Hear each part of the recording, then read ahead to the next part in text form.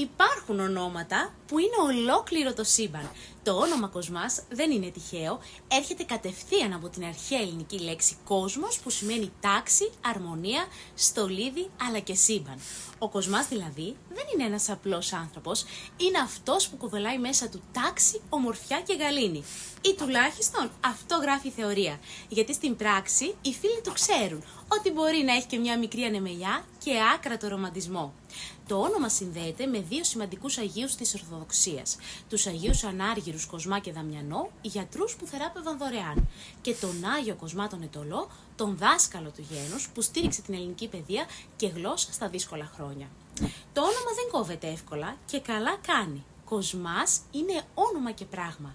Μέσα του κουβαλάει όλο τον κόσμο. Το ήξερες ότι η λέξη κόσμος σήμαινε πρώτα τάξη και στολίδι πριν γίνει ο κόσμος που ξέρουμε σήμερα? Στείλ το σε έναν Κοσμά και γράψε μου στα σχόλια ποιο άλλο όνομα να βάλουμε στο μικροσκόπιο στο επόμενο όνομα και πράγμα. Και μην ξεχάσεις να κάνεις follow, γιατί εδώ τα ονόματα έχουν ιστορία.